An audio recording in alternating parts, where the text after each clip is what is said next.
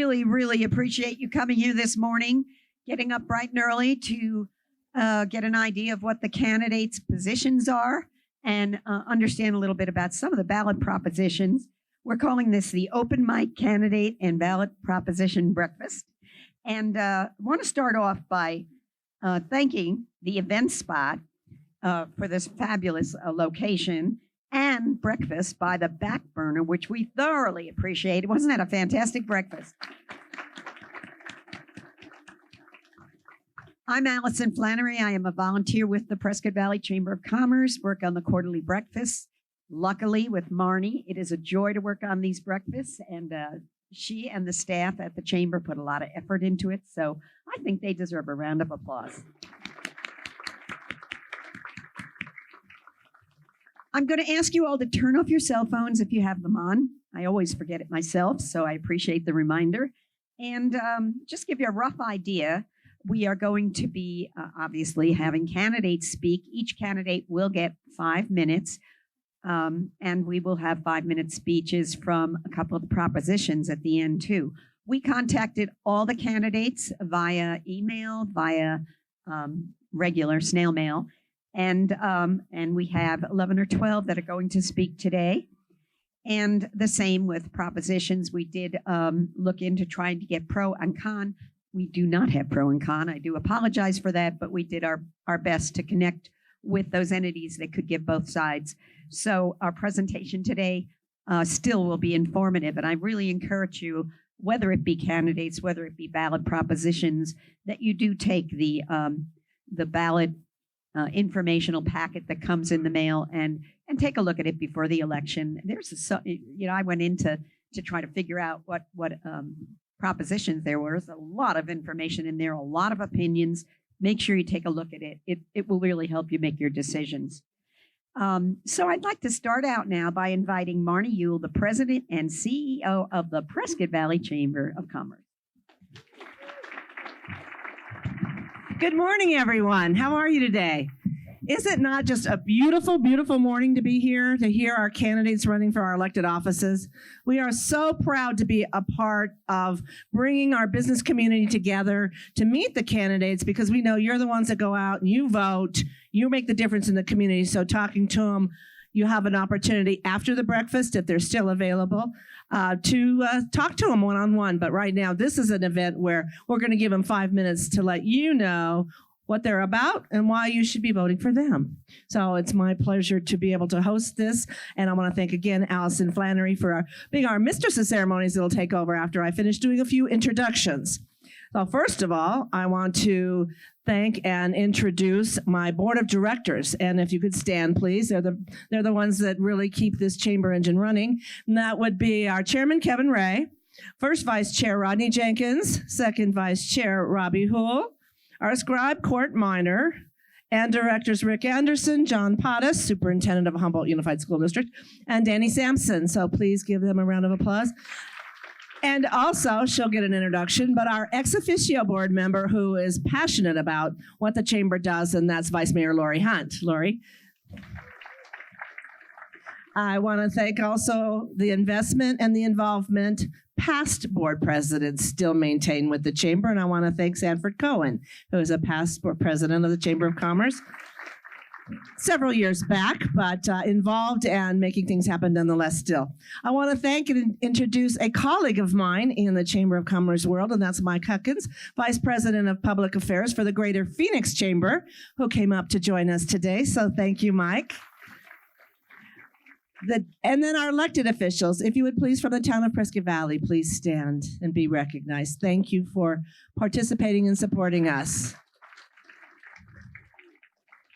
From our Central Arizona Fire Medical Authority Governing Board, Darlene Packard and Rick Anderson. You see, Rick's jumped up a couple of times. A lot of folks around here, when they get involved, wear many hats and make things happen. Again, also from Humboldt Unified School Board, we have Ryan Gray. So thank you. And from our Board of Supervisors, Mary Mallory has joined us, our District 5 Supervisor and Chairman of the Board. And of course, if you could flip that slide, John, to the Chairman Circle members. Our Chairman Circle members are those that do an investment for the Chamber of Commerce, and we want to appreciate their support in making the programming that we do possible and giving it that extra edge. And again, the event spot and back burner. I did want to remind everybody, tomorrow night we're doing a candidate forum for the Humboldt Unified School District Board elections. So we have 4 candidates running for 2 positions, so we'll be asking a series of questions. It will be a forum format with questions, so we'll be doing that tomorrow night starting at 5 o'clock. Doors open at 5, and at 5:30 we'll be doing that one over there. So this has been quite a week to connect our business community and local officials and candidates and issues. So we've been busy, but we're excited to be able to present this breakfast to you now. Do want to thank Kim Minoski, my staff, program events manager, for working so hard in putting this together. So Kim, John Johnson is here doing our tech. He's one of, and the rest of our ambassadors, if you could please stand and be recognized. They are selling 50-50 tickets. Somebody asked me if that was appropriate, and I said, anytime I can get money to raise scholarships for kids going to school, continuing their education, I'm going to use it. So if you've not bought a raffle ticket, it is a 50-50, and I understand we do have one other extra gift coming from Arizona's Hometown Radio Group that we'll be giving away today, too, at the end. So with that, thank you again for joining us. I want to thank the candidates, especially for making time out of your busy schedule and seeing the value of being up here in Prescott Valley. We really appreciate you all. Thank you.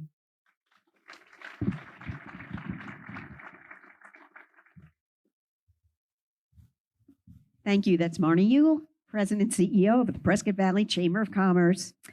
And now we're going to go on to our program. A couple of things. I want to first introduce Kim Lopez. Kim is going to be our timer today. Kim is an ambassador and works with Arizona's Hometown Radio Group. I needed a responsible party. Kim is responsible. So what's going to happen is you're going to see first the start. They have 5 minutes each. Then there's going to be a 1-minute warning. Then there's going to be a stop, possibly with a little ding. And then I show up, okay? And I have a reputation with the chamber. You will then depart the stage. So we're trying to be as even-handed as possible. So please understand that. And it is kind of a fun part. So what we're going to do is we're going to have speakers in the order of, we're going to have the speakers running for federal office first, then state, then we're going to have local. So we'll be doing that, and then following up with information on the propositions, just a couple. We will have Ben Roach, the president of the United Yavapai Firefighters, speaking on Ballot Proposition 310 on the pro side. And then we will have Wayne Balmer talking about the Town of Prescott Valley General Plan. Just get an overview of those, and again, you can follow through on the cons, if you will. And so I am going to get down and introduce first. I will be coming up in between and introducing specific candidates. So the first speaker will be U.S. Representative, Congressional District 1, Representative Tom O'Halloran.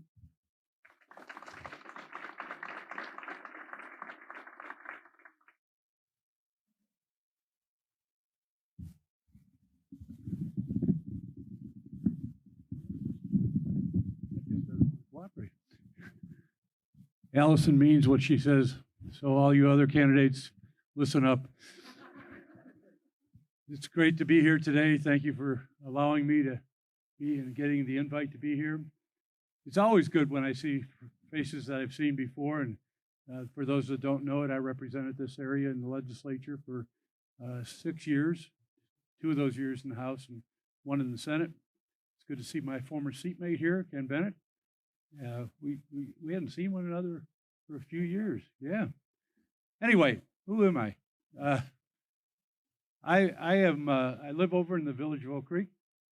I've been there for 30 years. Moved here from Chicago. Former Chicago police officer. I also was a bond trader at the Chicago Board of Trade. Had my own business there. Served on their board of directors. So I know a little bit about finance. Maybe not enough. But that's what economists do, but they don't know enough either. I serve on this is my 4th term I'm running for. I serve on the Energy and Commerce Committee. It has more jurisdiction than any other committee in Congress. And I serve on the Agriculture Committee. I'm endorsed by the Farm Bureau. I also, in the Energy and Commerce Committee, I've had the pleasure of being able to work on broadband, obviously business issues, healthcare issues. We address issues of Medicaid and Indian Health Services, but in reality, any major bill on health goes through the Health Committee and our committee. Any communications in the country, internet. So I took a leading role on broadband. So when you see that I-17 infrastructure going in, that is $100 million of federal money. That'll come here. It's going to come down Route 69 and get into this area. It's going to go throughout all of rural Arizona because that's the priority. We made sure that the priority for every state is to get broadband out into the regions that need it the most. And that's where it's going to go first, all $64 billion. What you've seen so far is not part of the infrastructure bill. The infrastructure bill comes next, probably in November sometime. What you see now comes from the American Rescue Plan and also the FCC, which is under our jurisdiction. And then on the agriculture side, there's rural economic development, and there's broadband in that part of the equation also, and small business, and making sure that rural America is addressed time and time again. We have a great team right here in Prescott Valley. Been here for a long time, USDA. They work throughout northern Arizona. We've worked with them a lot. On the realtor side of the equation, I'm part of the President's Circle. So any of you realtors that know that, that means that the realtors PAC is working for me to make sure that we continue to expand our economy. We know it's rough right now. We're going to get over this because we have before. I have a long history of working with people, not against people. My overall process is to be able to move legislation along that takes in the needs of our country and the priorities of our country, our families, our children. I want to thank those police officers in the back over there for being here today and for all you do. And 1 minute, really? I'm going to wrap this up again, I guess. I talk kind of leisurely, you know. I have put in the 5 years, almost 6 years in my district, District 1, I put in 3 trips around the world at the equator, being out in the district. I will continue to do that. I will continue to be one of the top bipartisan members of Congress. I'm 28th right now in the rankings. I will continue to work to make sure that our veterans are cared for. I'm talking about the veterans. A couple of them are at the table over there. We've doubled the budget since I got into Congress of the VA. And we just additionally did the issue after 20 years of toxic issues for our Vietnam veterans and those that followed to make sure that your health is taken care of at a higher level. And I'm done.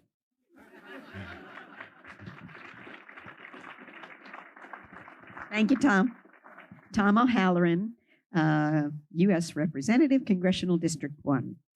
And our next speaker will be Arizona Attorney General, running for Arizona Attorney General, Chris Mays. Thanks, Allison. Wow, it's great to be here. It's so wonderful to be with folks that I haven't seen in a while, but that I know very well. I'm Chris Mays. I am running for Arizona Attorney General. I am the only statewide candidate this year who was born and raised in Prescott, Arizona. So I'm proud to be that. And so it's good to be home. Got the chance to spend the night with my mom in Prescott last night, so it was great. So you all know me. I served 2 terms on the Arizona Corporation Commission in the 2000s. And one thing that you know is that I am tough. I was tough on utilities when I needed to be, especially when we needed to protect the consumers of this state. And a lot of that job on the Corporation Commission was about keeping rates, utility rates, as low as they could possibly be. One of the first things that I did when I was initially appointed, and then I ran 2 statewide races. Some of you supported me. Thank you for that. For the commission was, Unisource Natural Gas had implemented a very high rate increase very rapidly. For those of you who were here at that time, you know how difficult that was for the businesses and individuals here. And I immediately called public meetings to address that situation. And we required Unisource Natural Gas to lower those rates and to get the situation under control. It was happening in the middle of the summer, or in the middle of the winter, in one of the coldest winters that we had ever experienced. So proud of the time that I spent on the commission fighting for consumers, including businesses, because you are consumers. And so, we did other things when I was on the commission that really, really had a great impact for the state of Arizona. We prosecuted civil securities fraud. We sent tens of millions of dollars back to the victims of consumer fraud and securities fraud in particular in the state of Arizona, including in Yavapai County. And that is a huge part of what the next Attorney General should be doing and is responsible for. So, I think we proved when I was on the Corporation Commission that we can still get big things done in the state of Arizona, including working on issues like energy efficiency, which saved all ratepayers $9 billion. $9 billion because of that one standard that we set. So I want to talk about the Attorney General's office. We must have an Attorney General who will uphold the rule of law, who will ensure that law and order is protected and implemented, and who will protect the people of this state. One of the things that we are dealing with, and there's a crisis, and that I will tackle as your next Attorney General, is our fentanyl crisis. Just talking to our folks from the Prescott Valley Police Department about this, and I've spoken to police departments all across the state of Arizona. We have a fentanyl crisis in Arizona. We need an Attorney General who would be focused on it. And it is coming across our border at our ports of entry. We have got to modernize those ports of entry, but it's also being flown into Arizona from China and from India. So I have a plan for tackling fentanyl. We also have to tackle, and this may be of interest to you, organized retail theft, right? We have a serious organized retail theft issue, and I have a plan for tackling that and working with the business community. We need to get back to basics in the Attorney General's office. I think it's been too politicized. It's time to put politics aside. This is the top law enforcement office in the state of Arizona. We need to get back to prosecuting elder abuse. We need to get back to prosecuting consumer fraud. We need to get back to working on water issues. Last thing I'll say, one of the things that I'm going to do on day one when I'm your next Attorney General is we are going to protect Arizona's water supplies. It is outrageous that Prescott, Yavapai County is dealing with the groundwater supply issues that we are, and we are on the Colorado River. We're getting a 21% cut. And you know what our state land department just did? They just gave a lease to a Saudi-owned corporation, Saudi Fondamonte, and they gave our water away for free. It's unconstitutional, and I will cancel those leases when I'm AG. Thank you for letting me be here. I appreciate it. Thanks, Allison. And again, that was running for Arizona Attorney General, Chris Mays. Our next candidate running for Arizona Secretary of State, Adrian Fontes. Thank you. Thank you so much for having me, and apologies that I won't be able to stick around. It's Chamber of Commerce Day for our campaign. As we were chatting earlier, we'll be with the Arizona Chamber in just a couple hours when we get back down into Phoenix, and the Arizona Hispanic Chamber. And that's important for the Secretary of State's office because, first and foremost, the business of America is business. And one of the things that we did when I was the Maricopa County Recorder was improve some processes internal to the office that may not have gotten any headlines, but it was important for business and for business transactions to move at the speed of business, even if they were inside of the government. And I'll tell you that story because it's important. As the county recorder, it was taking us up to 6 weeks to post transactions after they were filed onto the internet. Well, where does everybody get their validation that a transaction happened from anymore? They get it on the internet. And so what happens during that 6 weeks after the filing to that point? People are losing interest in the deals. New swimming pools and homes were not getting financed. That new driveway was not getting what it needed. Small commercial or industrial lots that were sold weren't getting what they needed because it was taking 6 weeks. We reduced that down to 72 hours because government needs to move at the speed of business. Now, you didn't hear about that because it's not sexy. You didn't hear about that because it's not controversial. But I'm telling you that because there are plenty of business services in the Secretary of State's office that need improvement. And the Secretary of State's office serves many of you in many different ways. That's what's motivating me, partially, to run for this office. The other thing that's motivating me to run is that I live in Arizona. I have friends and family in Arizona. And the reputation of our state, being a place of opportunity, being a place where people can prosper, is critically important. And we know what can happen when the reputation of our state is damaged by public officials who are going to act in ways that are not based in reason, that are not sound. The rest of the country and the integrated economic world is going to stay away. And we cannot afford that. We've seen it in the past. Arizona's reputation needs to be maintained as a place where we can have folks in office who are going to sit and listen to both sides and just get the job done without worrying about wild-eyed conspiracies. Now, it's also the chief election administrator, and there's no secret that I worked very, very closely with the Republican Board of Supervisors in Maricopa County when I was the recorder to improve the systems there. We increased the number of registered voters by 500,000 in just 4 years, and the number of ballots cast by 600,000 in just 4 years. That's access for American voters. And we ended up with what we ended up with. We still have a Republican legislature. We still have a whole bunch of different people in different offices all over the place because Arizona is Arizona. And the more Arizona voices we have at the ballot box and those true voices coming through, the better we are. Now, I'm a son of Arizona. I was born and raised in the Sonoran Desert down in Nogales on the border. I know what it's like to be an Arizonan and not to be from the great state of Maricopa. And you do too.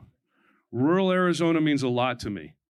And as the congressman said earlier, we have so much opportunity and so much capacity with the independent spirit that folks have out here in what folks in downtown Phoenix call the hinterlands. Y'all are doing it right, and you're doing it well. And you need allies at the state capitol that are going to be able to understand that and value you and value what you do for Arizona as a state. That's why I'm here. I'm here because you're important. I was born and raised, like I said, down in Nogales to a family that's been in that Sonoran Desert since 1695. So I know a little bit about the heritage of this state and the history. And when I get elected Secretary of State, I will have been the first statewide officer elected who rode in a gymkhana in Cornville, Arizona. And if that doesn't qualify me, I don't know that Ken can say that. Anyway, we've got that coffee appointment. I don't want to do that. I'm going to run out of here in just a minute, literally leave because we've got to get back down to Phoenix. I certainly appreciate it. Semper Fidelis to any fellow Marines out there. Thank you for your service to everybody else who served as well. My name is Adrian Fontes. I certainly hope to be your next Secretary of State, and I will listen, and I will be that reasonable voice on the 7th floor. Thank you. Thank you so much. Again, that was running for the Arizona Secretary of State, Adrian Fontes. And now we're going to hear, we have two folks that are running for the Arizona Corporation Commission. First, we will hear from Nick Myers.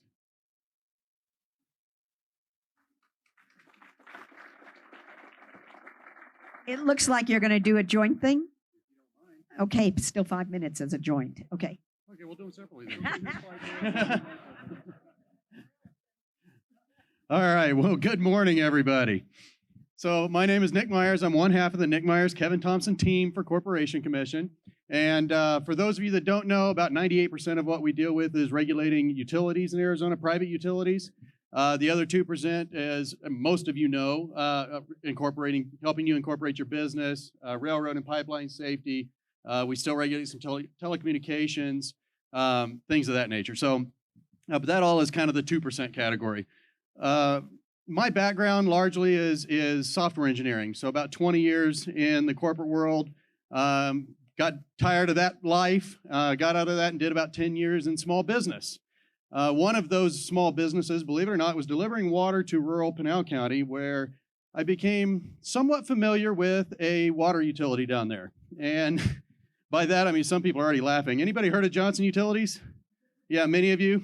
Yeah, that was a fun battle. That was one that I ended up picking. But I learned a lot in that process, and ultimately we were very successful. The owner of that company doesn't do business in Arizona anymore. And ultimately, I was offered a position as a policy advisor for one of the commissioners. So I'm still doing that. I've kind of started my on-the-job training early. Kevin and I, we have a handful of priorities. First thing, as a small business owner, I know the importance of needing low utility rates and reliable grid service. I also know the importance of regulatory stability. So these things are things that bring economic jobs to Arizona. These things, bring businesses. So those are our priorities, is stopping mandates and subsidies, right? These things are the two biggest drivers that we found that drive up utility rates. I am totally for holding utilities accountable, but when you mandate something, you are actually taking away the utilities accountability because you're guaranteeing that when they comply with it, it's going back in the rates. So they no longer have any incentive to actually do the research and do the engineering. And honestly, they're the experts. They need to come prove to us why it's the best thing. Subsidies are kind of the same way. That's nothing but a cost shift. We don't like subsidies. That puts money out, takes money out of your pocket and gives it to people that want special things. So we don't like that.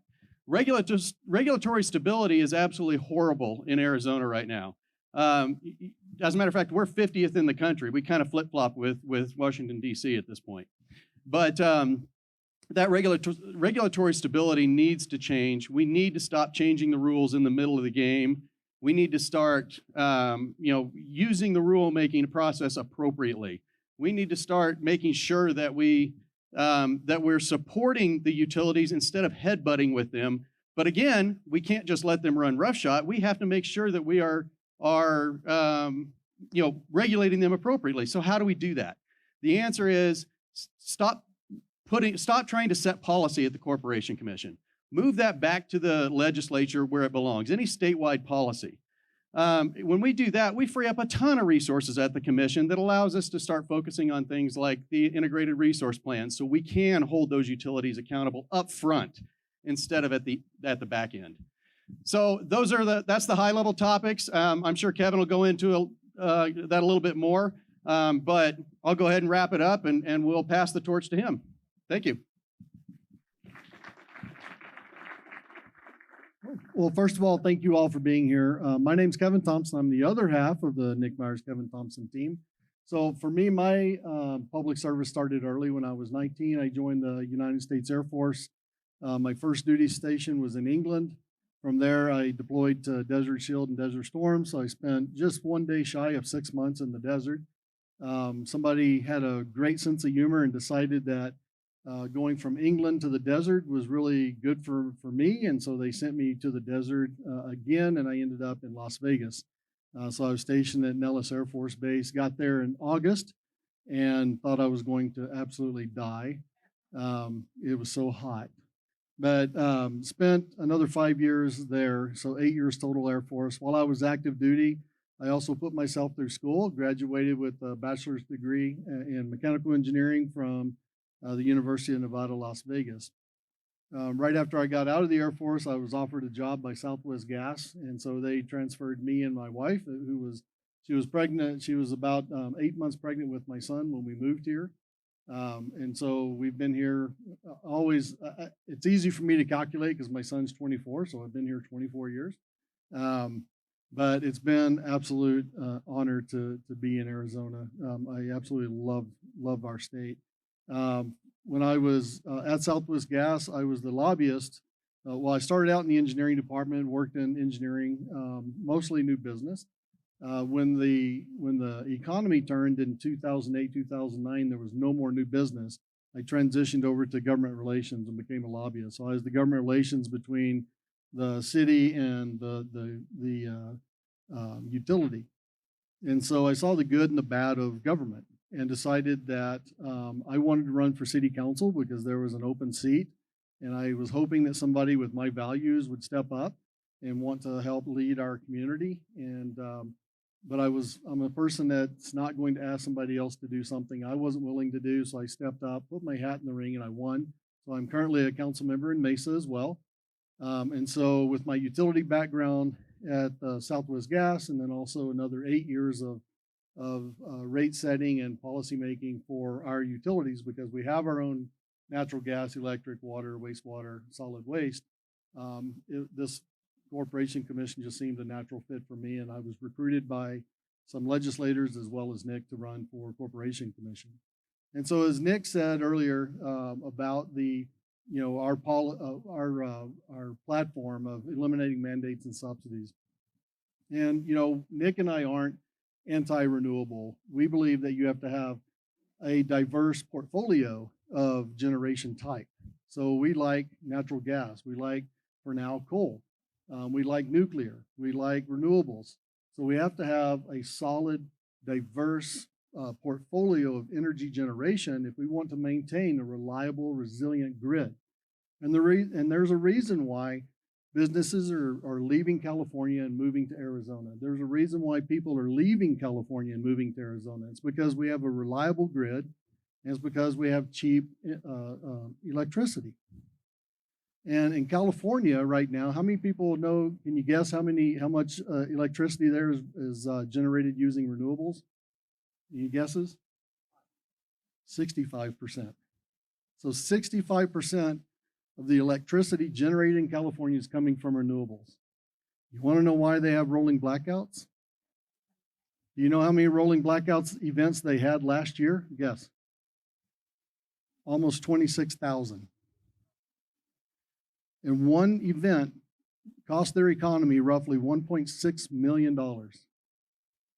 So you can talk about how renewables have saved Arizona $2 billion since the REST rules were implemented back in 2006, or $9 billion.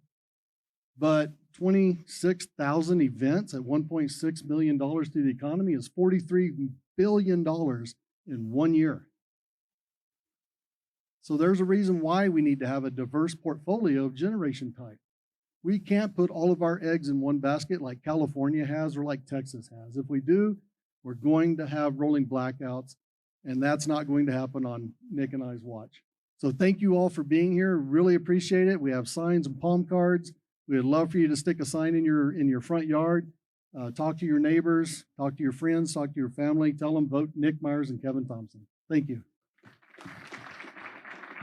Thank you, Bob. Again, that running for Arizona Corporation Commission, Nick Myers and Kevin Thompson. And our next speaker is running for the Arizona State Senate, District 1, Ken Bennett.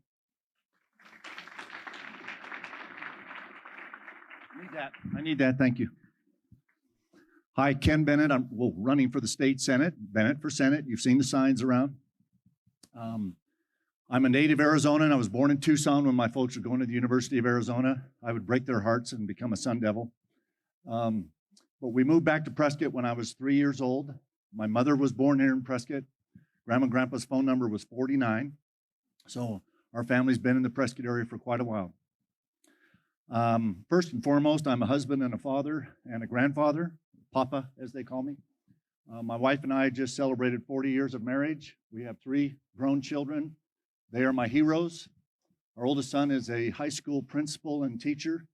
Our daughter is a labor and delivery nurse. And our youngest son just returned to Central and South America this morning to spend 2 years rescuing women and girls from sex trafficking. So I don't have to look very far to find my heroes. They're my kids. I served, well, I'm going to start with something that you don't normally hear. Why did I get into public service?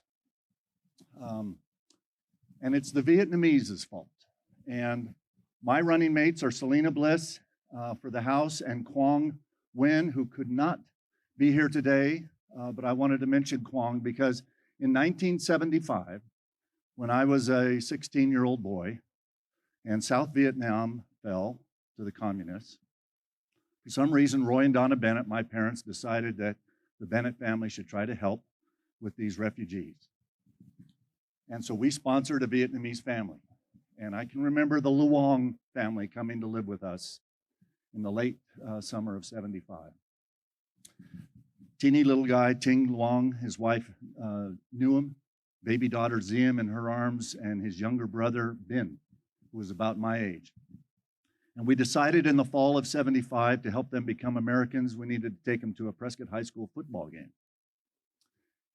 And if you've been to a Prescott High School football game, you know that the hometown bleachers are concrete bleachers. So we're sitting in the crowd cheering the Badgers on, and the home team scored a touchdown. And at that time, they had a tradition at Prescott High School. I think the metal shop had built a cannon, and whenever the hometown team scored a touchdown, they'd fire off that cannon. So we're standing cheering the touchdown, and the cannon goes off. Kaboom!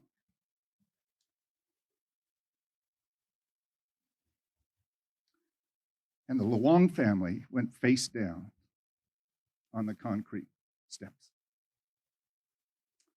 And I turned to my left and looked at these 4 people face down. And as a 16-year-old spoiled American boy, I chuckled for just a second until my heart told me, maybe for the first time, how lucky I was to be an American. And it reminded me why my dad was on the city council and why my mom was the PTA president and why dad was the president of the local Lions Club and why mom was my Cub Scout leader a few years before that. And I think I realized for the first time that if we don't fight to keep our country, we can lose it. Because here I'm looking at 4 people face down who've just lost theirs. And so we helped them get on their feet. And both of them became engineers. They've made 3, 4, 5 times as much money in their lifetime as I've probably made. They both live in Simi Valley, California. But it was a great learning experience for me. Oh my goodness, down to 1 minute. And so I will just tell you that that's what got me interested in serving in public service. And yes, I'm a conservative Republican in all the senses, fiscal responsibility, election integrity, secure border, pro-life, pro-Second Amendment. And I'm not going to get into any of those details, but I just want you to know that I'm going to fight for you in Legislative District 1, which is basically Yavapai County plus the portions of Sedona that are in Coconino County. I'm honored to be running with Selena Bliss and Quang Nguyen. We have very good opponents on the Democrat side. I had lunch with Mike Fogle a couple weeks ago, delightful man. We probably have more in common than we have that divides us, but I believe. I'm so sorry. I knew where I heard that somewhere. So thank you very much, Ken Bennett for State Senate, and thank you for being here today.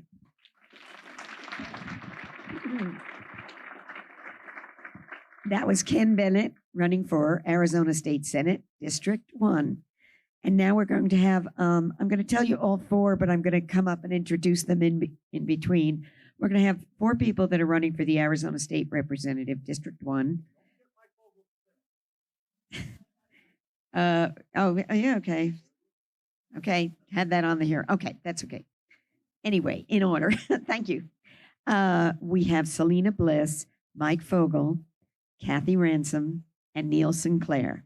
They can all tell us what their offices they're running for clarity. But I'm going to invite up first Selena Bliss.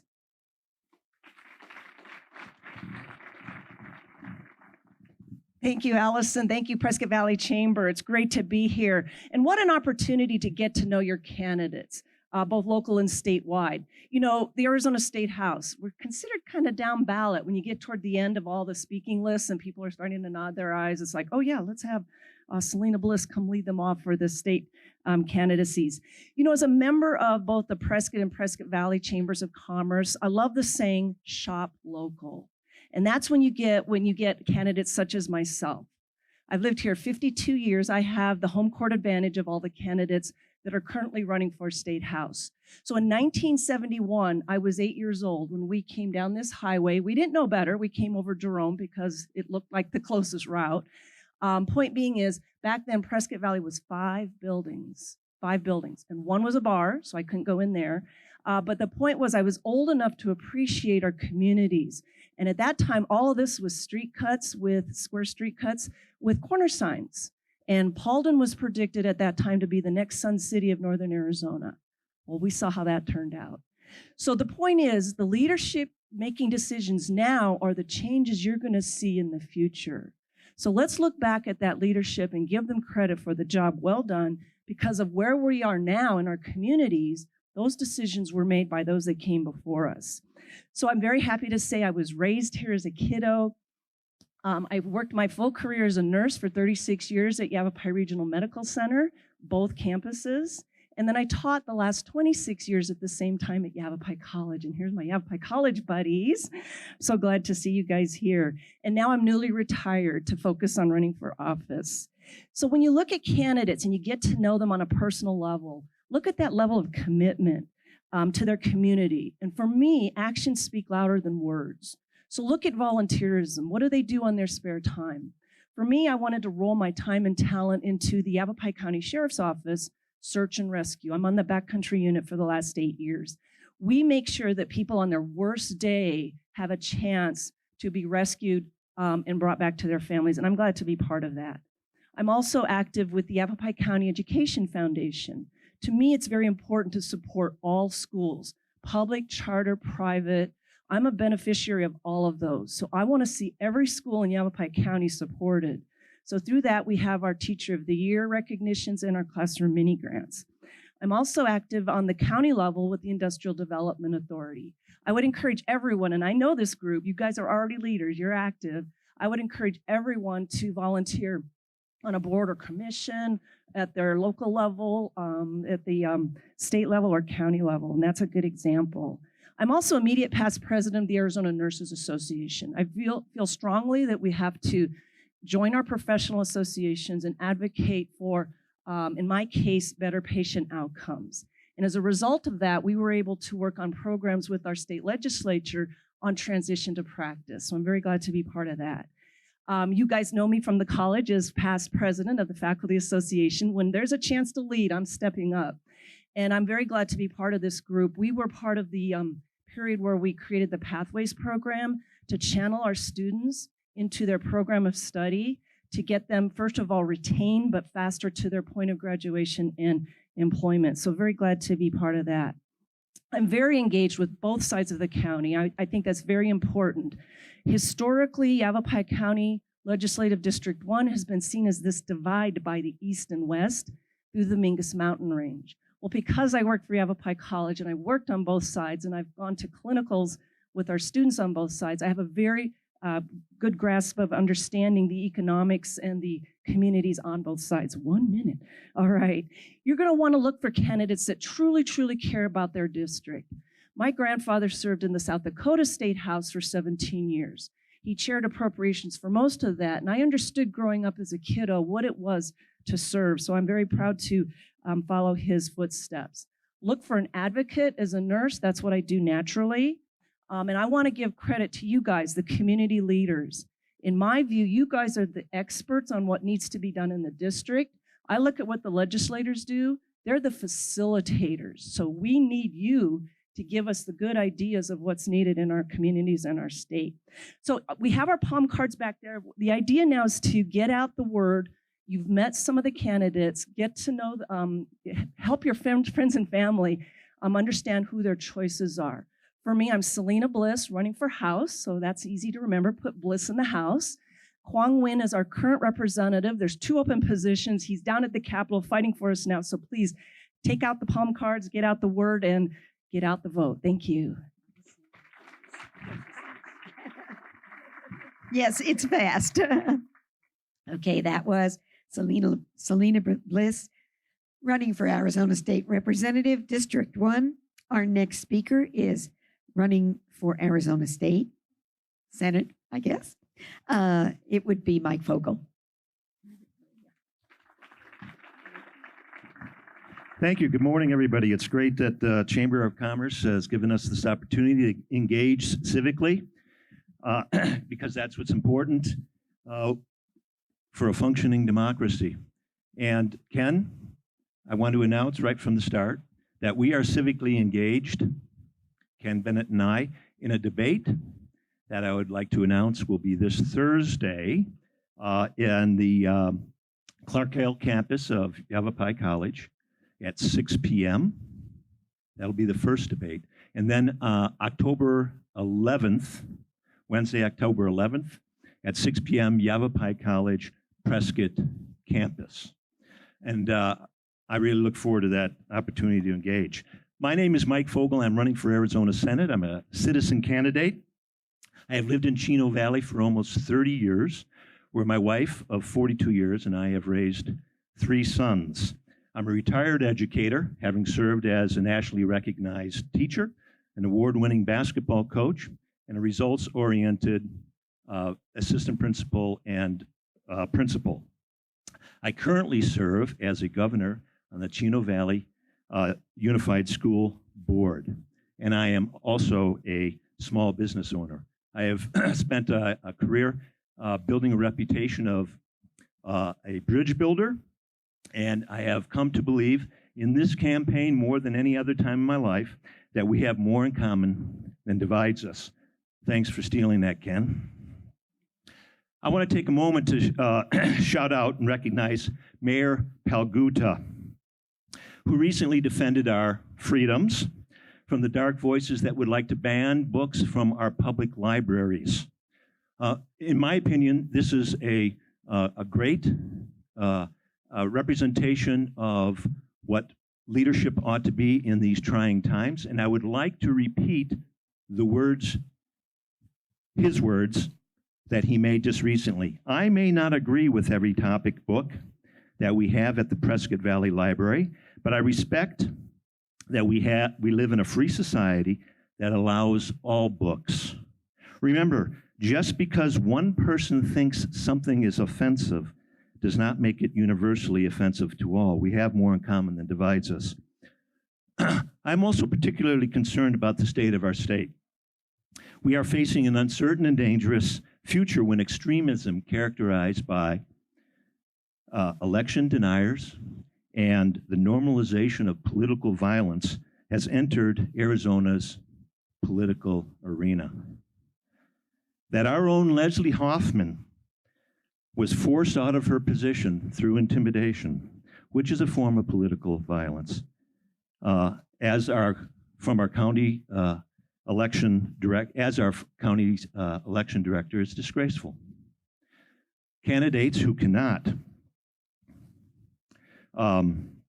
accept the results of a safe and fair election and looking to undermine our electoral process is a direct threat to our democratic republic.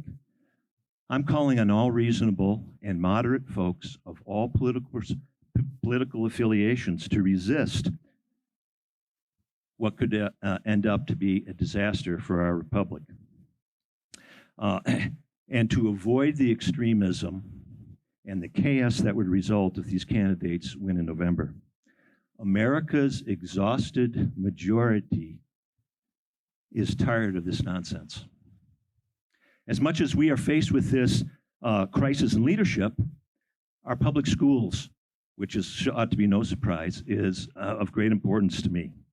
Shamefully, Yavapai County schools have been relegated to the poorest of the poor, and that concept ought to be very familiar with everyone in Prescott Valley. As a former superintendent, used to advertise that and advocate that concept, and that was Superintendent Streeter, which I borrowed that concept from. We're lowest in the country in per pupil funding. My school district, Chino Valley, is in the lowest 5% of the state. And this is, and then Humboldt, Prescott Unified, Mingus Union, they're all in the lowest 12%. This is why we are the lowest, the poorest of the poor, and this is irresponsible governance. When we all realize how important public education is to our republic and how foundational it is to our prosperity, okay? Maybe the most prosperous nation in the history of the world, and to our dynamic democracy. So we must support our public schools with better and more adequate funding. Thank you very much, Mike Fogle, Arizona candidate for Arizona Senate in LD1. Okay, that was Arizona State Senate candidate Mike Fogle.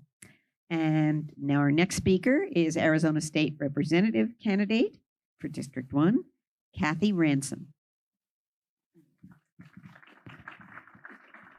Good morning, and thanks to the Chamber for putting together this event. Whenever a candidate can talk to a new group of people, it's always exciting for us candidates. It may not be exciting for you, but it's exciting for us.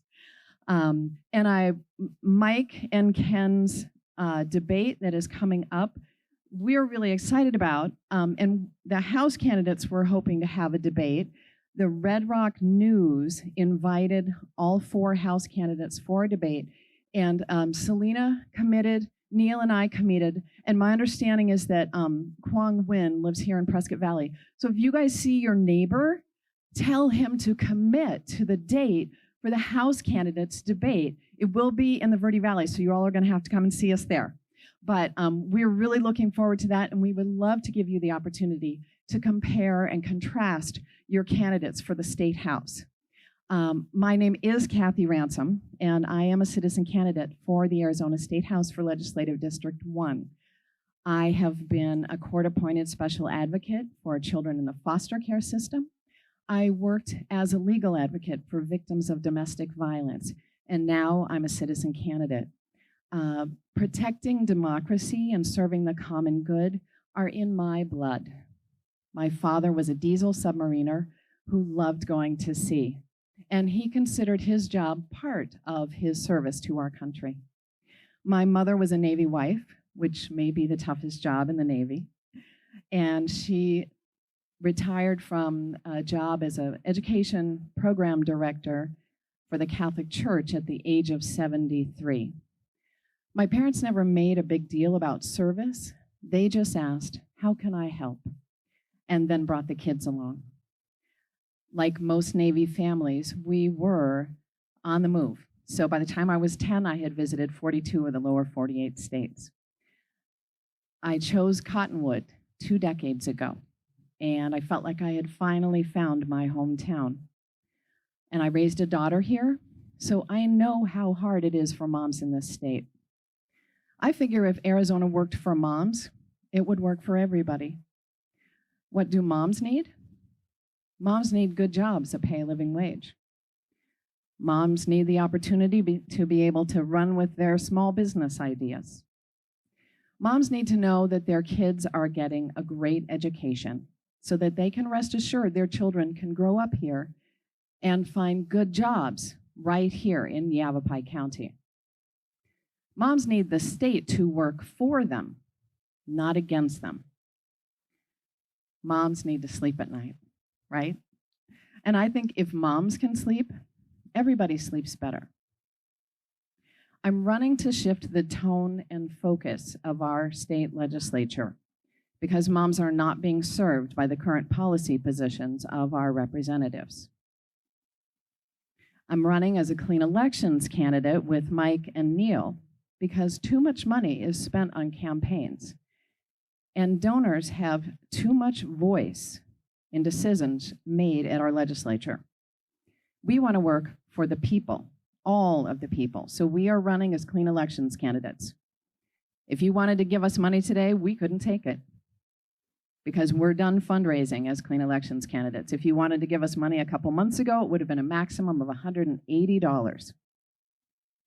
And then we are state funded, public funded for the rest of our campaign funds. I think that says a lot about our values as candidates. We want to be beholden to our voters and nobody else. So I'm asking for your vote, regardless of who or how you have voted in the past. Kathy Ransom, Mike Fogle for Senate, Neil Sinclair for the House. You can vote for 2 candidates for the Arizona State House. And make sure you tell all your neighbors that, because some people get confused about that. And I hope that when I am your representative, you will call me on the phone or send me an email and tell me what is important to you and what you would like to be changed in the state of Arizona. Thanks very much. I'm going to take less than 5 minutes. Thank you. Again, running for the Arizona State Representative District 1, Kathy Ransom. And our last candidate speaker, not our last speaker, will be Neil Sinclair running for the Arizona State Representative District 1.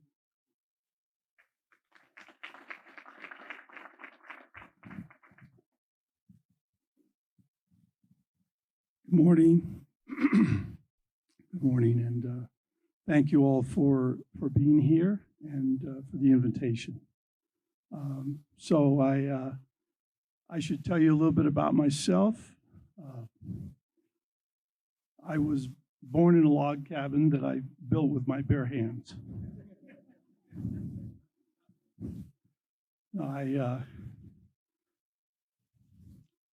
My background is in environmental technology.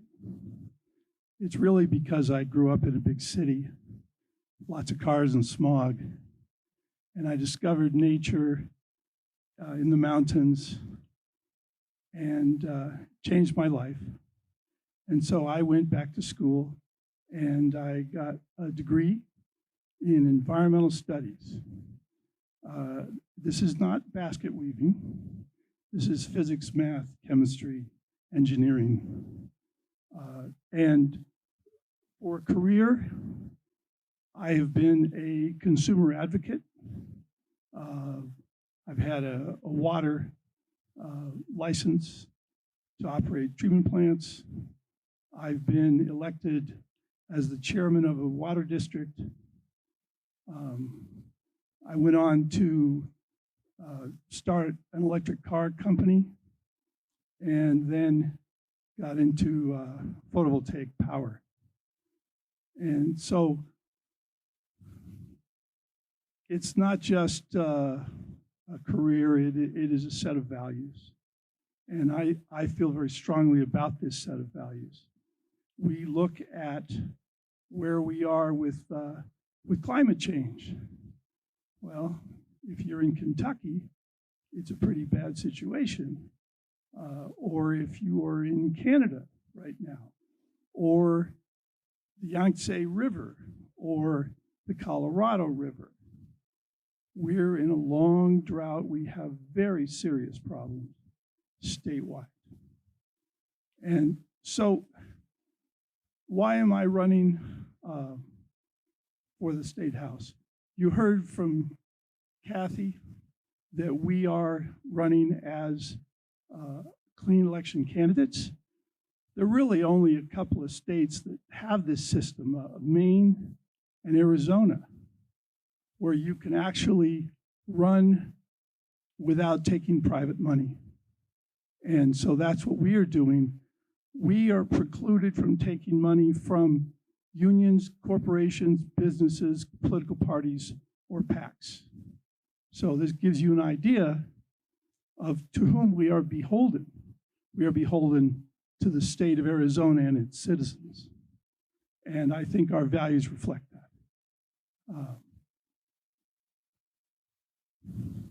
There was some talk about the state of the country and politics, and I want to say something about this.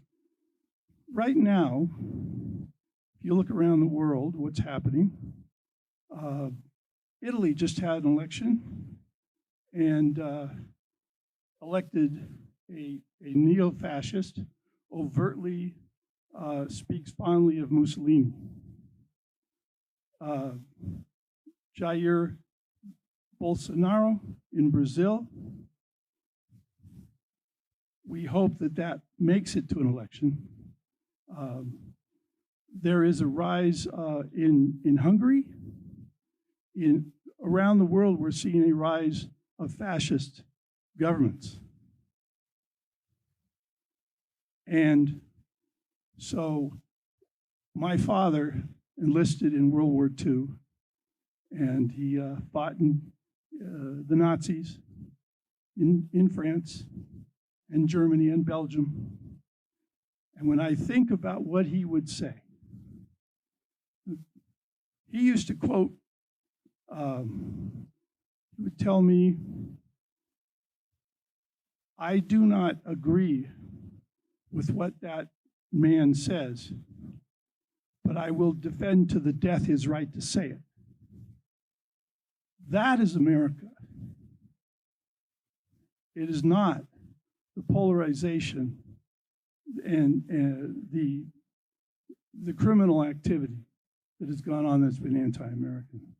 So with that, I'll ask for your vote for State House.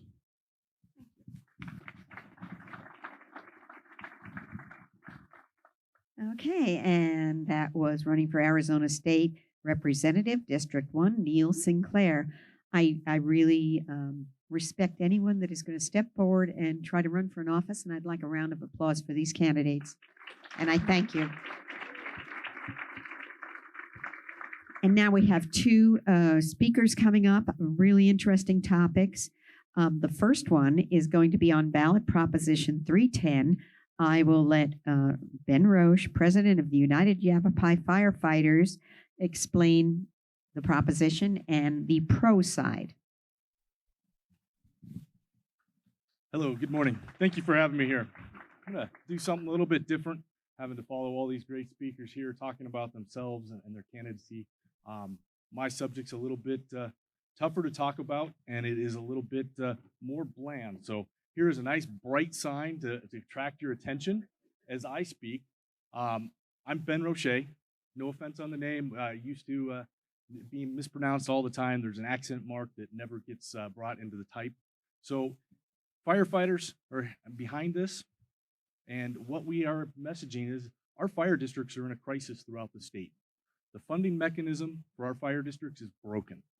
We are solely funded by property taxes by the residents in a fire district, and it has limitations to it. It has legislative measures that had good intentions, but had dire consequences for our fire districts that now put us in a path of a crisis. What we have is a ballot measure, bipartisan group of legislators, fire chiefs, and firefighters that came together with a viable solution for this crisis that we're facing statewide. When I say we're facing this statewide, we have 144 fire districts in the state of Arizona. That's in contrast to 35 municipal fire departments. There's a stark contrast on the funding mechanisms and the service delivery between a municipal fire department in the metropolitan Phoenix area and our rural fire districts in Yavapai County and elsewhere. So what would this ballot measure look like? Well, this is the smallest increment of a sales tax statewide that could be implemented. 1/10 of a penny. A penny for every consumer that spends $10 on their lunch. Really, a painless solution to a statewide crisis of public safety.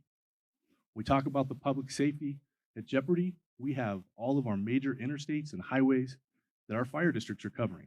When we leave the city of Prescott and take a day trip down to Phoenix, from the city of Prescott to the city of Phoenix, it's a fire district's jurisdiction that you're depending on for emergency service. Now, our messaging here is really simple. We're advertising statewide to reduce 911 response times. There's a lot behind that. Response times are the number one thing we can improve to improve the outcome of a 911 call. Fires double in size every minute. Heart and brain tissue die every second. So when we're talking about improving response time, we're talking about saving lives. And how do we do that? What's behind improving response times? This ballot measure is intended to provide more firefighters on the job, more fire stations in Prescott Valley and throughout this state. More training and better equipment to update to the new technology that's available. Now, how is this going to be done here in Prescott Valley? I have a couple good examples that I think everybody here should think about as citizens and property taxpayers here.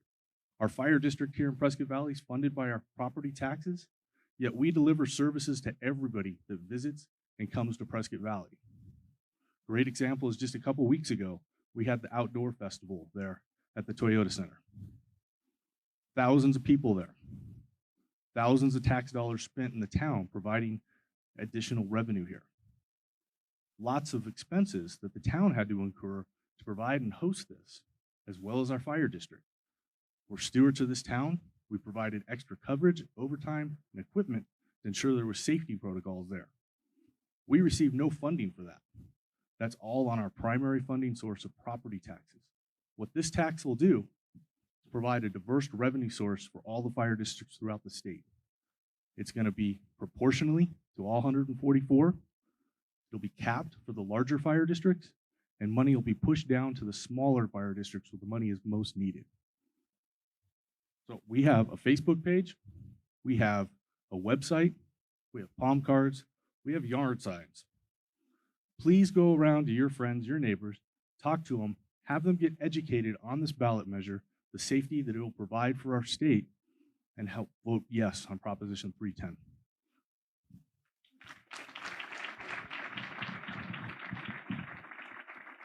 Thank you. That's regarding Ballot Proposition 310, Ben Roche, President of the United Yavapai Firefighters. And now I'd like to introduce to discuss on the ballot the Town of Prescott Valley General Plan 2035, Wayne Ballmer.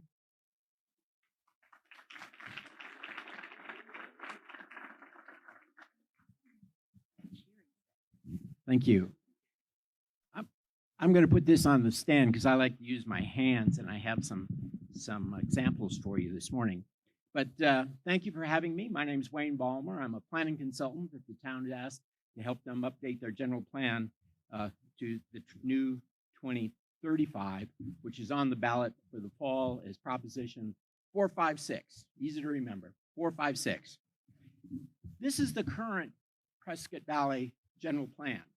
It was written in 2012. It was adopted in 2013.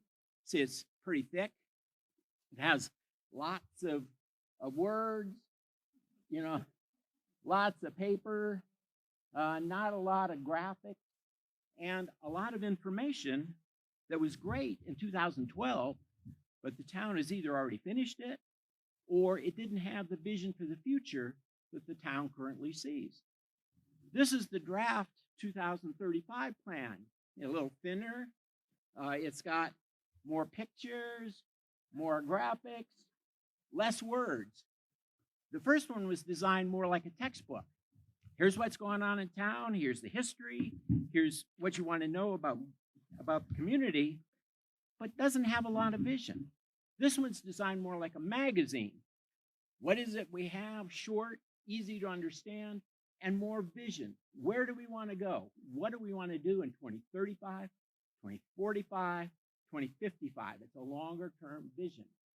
And as the council was thinking about doing this was back in, when COVID was busy. Typically the way to do this is you do neighborhood meetings. And normally at a neighborhood meeting, you get 20 people to show up and they tell you the single thing they're interested in. And you do 10 of these, and then you have your your citizen participation to do your plan. Well, the town council decided to do something different. They said, why don't we put some surveys on our website?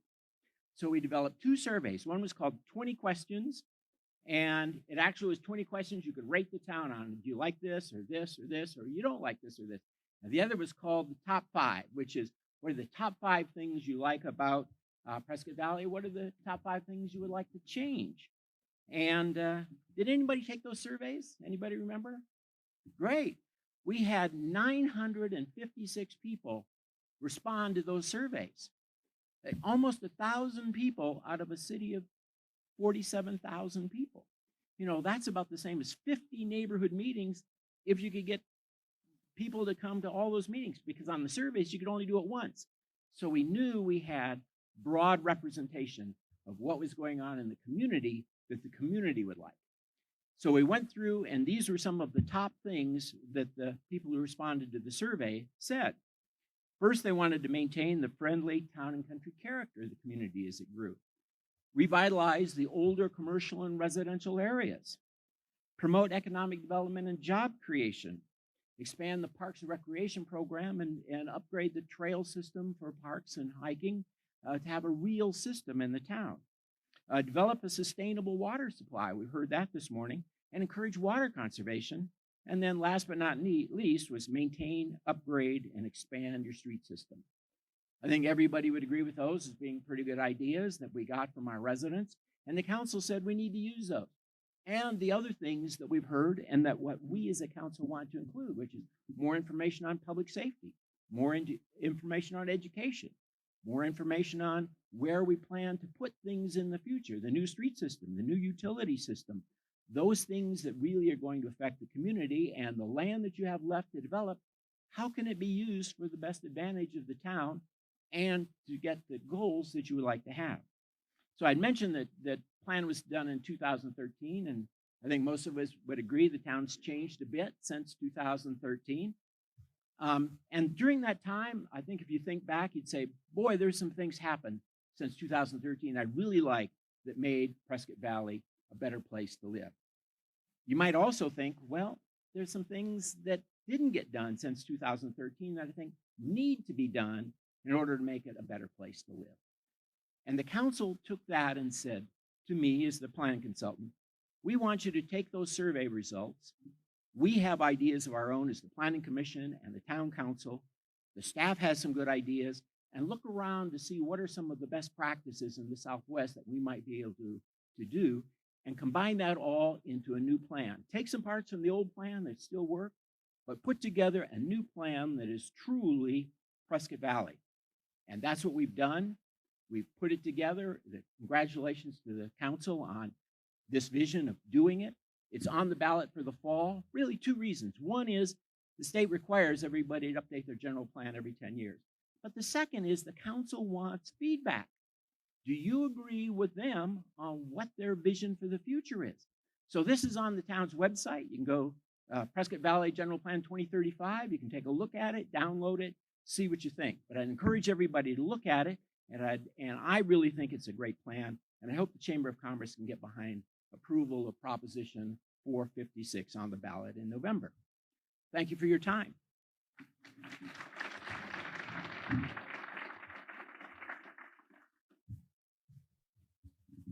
And again, that was Wayne Ballmer, and we're talking about the Prescott Valley General Plan 2035.